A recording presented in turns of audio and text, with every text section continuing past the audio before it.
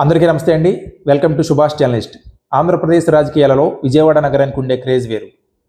ఉమ్మడి ఆంధ్రప్రదేశ్లో హైదరాబాద్ను మనం ఆంధ్రప్రదేశ్ రాజధాని అయితే విజయవాడను ఆంధ్రప్రదేశ్ పొలిటికల్ రాజధాని అంటూ ముద్దుగా పిలుచుకునేవాళ్ళం.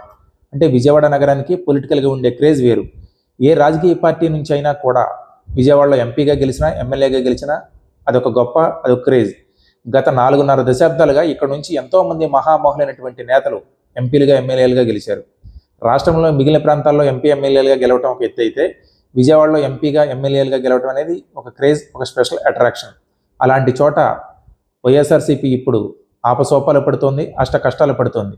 పార్టీ పెట్టినప్పటి నుంచి ఇప్పటి వరకు కూడా విజయవాడలో పట్టు చెక్కలేదు వైఎస్ఆర్సీపీకి. 3 సార్లు ఎన్నికలు జరిగితే 3 సార్లు విజయవాడ ఎంపీ సీట్ ఓడిపోయింది, 3 సార్లు విజయవాడ తూర్పు సీట్ ఓడిపోయింది. ఒక సెంట్రల్ సీట్లో మాత్రం 26 ఓట్లతో ఒకే ఒకసారి స్వల్ప తేడాతో మల్లాది విష్ణు గారు గెలిచారు. వెస్ట్ సీట్ అంటే జగన్ గారు సైతం కంచుకోట అని చెప్తారు, వెస్ట్ సీట్ వైఎస్ఆర్సీపీకి. అలాంటి చోట కూడా మన ఏకంగా బీజేపీ నుంచి పోటీ చేసిన సుజనా చౌదరి గారు 53,000 ఓట్ల భారీ తేడాతో గెలిచారు. అంటే ఏ స్థాయిలో విజయవాడలో పట్టుకోలిపోతుందో వైసీపీ అర్థమవుతుంది. అలాంటి చోట ఇప్పుడు వైఎస్ఆర్సీపీకి ఎవరు ఎక్కడ నాయకులుగా ఉన్నారు, ఎవరు ఎక్కడ పోటీ చేస్తారు, ఎవరు ఎక్కడ పని చేయాలని తెలియక ఒక క్లారిటీ లేకుండా గందరగోళం నెలకొంది. ఇప్పుడు ఎన్టీఆర్ జిల్లా అధ్యక్షుడిగా దేవినేని అవినాష్ గారు పనిచేస్తున్నారు. ఆయన బాగా కష్టపడుతున్నారు, తూర్పు నియోజకవర్గ ఇన్ఛార్జిగా ఉన్నారు. మన పోటీ చేశారు, మళ్ళీ వచ్చే ఎన్నికలు కూడా ఆయనే పోటీ చేయాలనుకుంటున్నారు. అయితే ఆయన విషయంలో కూడా 2-3 పేర్లు వినిపించినాయి. లేదు విజయవాడ ఎంపీగా పోటీ చేస్తారు అవినాష్ గారు, ఎంపీగా బలమైన అభ్యర్థి ఎవరో లేరు, అవినాష్ గారిని అక్కడ పెట్టి తూర్పులో వేరే వాళ్ళకి ఇద్దామనుకుంటున్నారు, లేదా కాపులకి ఇద్దామనుకుంటున్నారని ఒక ప్రచారం జరిగింది. లేదా పెనంలూరు నుంచి పోటీ చేస్తారని కూడా ఒక ప్రచారం జరిగింది. ఎందుకంటే పెనంలూరులో దేవభక్తిని చక్రవర్తి గారు ఇన్ఛార్జిగా ఉన్నారు.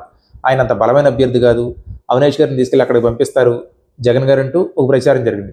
అంటే నిజం చెప్పాలంటే ఎన్నికల్లో ఓడిపోయినప్పటి నుంచి ప్రతిరోజు కష్టపడుతున్నారు, ప్రతిరోజు జనాల్లో ఉంటున్నారు అవినాష్ గారు. అలాంటి నేత విషయంలోనే ఇలాంటి ప్రచారం జరుగుతుందంటే ఇక మరి కష్టపడిన నేతల విషయంలో ఎలాంటి ప్రచారం జరుగుతుంది మనం అర్థం చేసుకోవాలి.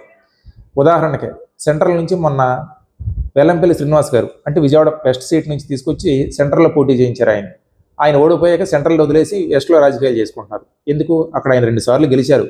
వెల్లంపల్లి శ్రీనివాస్ గారు వైఎస్ఆర్సీపీ నుంచి ఒకసారి గెలిచారు, అంతకుముందు ప్రజారాజ్యం నుంచి గెలిచారు. అక్కడ ఆయనకి బలంగా ఉంది, బలమైన నెట్వర్క్ ఉంది వెస్ట్లో. ఆయన అక్కడ పనిచేసుకుంటుంటే మొన్న ఎన్నికలకి ఏం జరిగింది? జనసేన సీటు ఆశించినటువంటి పోతిన వెంకట మహేష్ గారు వైఎస్ఆర్సీపీకి వచ్చారు. ఇప్పుడు వచ్చే ఎన్నికలు వైసీపీ సీటు కోసం ఆయన ప్రయత్నాలు ఆయన చేస్తున్నారు. అంటే పశ్చిమ నియోజకవర్గంలో పోతిన వెంకట మహేష్ గారు, వెల్లంపల్లి శ్రీనివాస్ గారు ఇద్దరి మధ్య ఆధిపత్య రాజకీయం మొదలైంది. సీటు మాకంటే మాకని చెప్పి ఇద్దరు కష్టపడుతున్నారు. తూర్పులోని అవినాష్ గారు కష్టపడుతున్నా ఆయన మీద కూడా ఈ తరహా ప్రచారం జరుగుతుంది. ఇక సెంట్రల్కి అసలు ఎవరో సరైన నాయకుడే లేరు. అసలు ఎవరిని తీసుకొచ్చి పెడతారు ఏంటో కూడా అర్థం కావట్లా.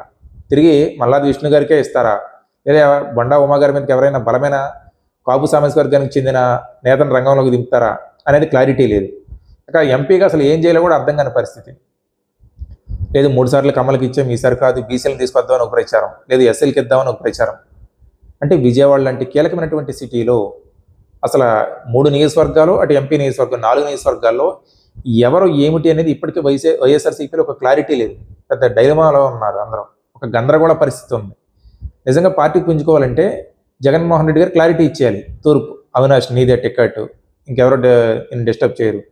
అలాగే సెంట్రల్ వెస్ట్ ఉంది, అది వెల్లంపల్లి గారికా పోతిన వెంకట మహేష్ గారికా ఒక క్లారిటీ ఇచ్చేయాలి.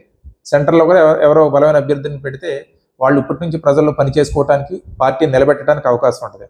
అలా చేయకుండా ఇలా డైలమాలో పెట్టేసి గందరగోళం చేసి చివరిలో ఎవరికో ఒకరికి సీట్ ఇచ్చి లేదా అక్కడ వాళ్ళని ఇక్కడ మార్చి ఇక్కడ వాళ్ళని అక్కడ మారిస్తే సేమ్ వైఎస్ఆర్సీపీకి విజయవాడ నగరం ఎప్పటికీ చెక్కదు, ట్రిప్ అనేది ఎప్పటికీ రాదు. మరి జగన్ గారు ఏం చేస్తారేంటి అనేది చూడాలి.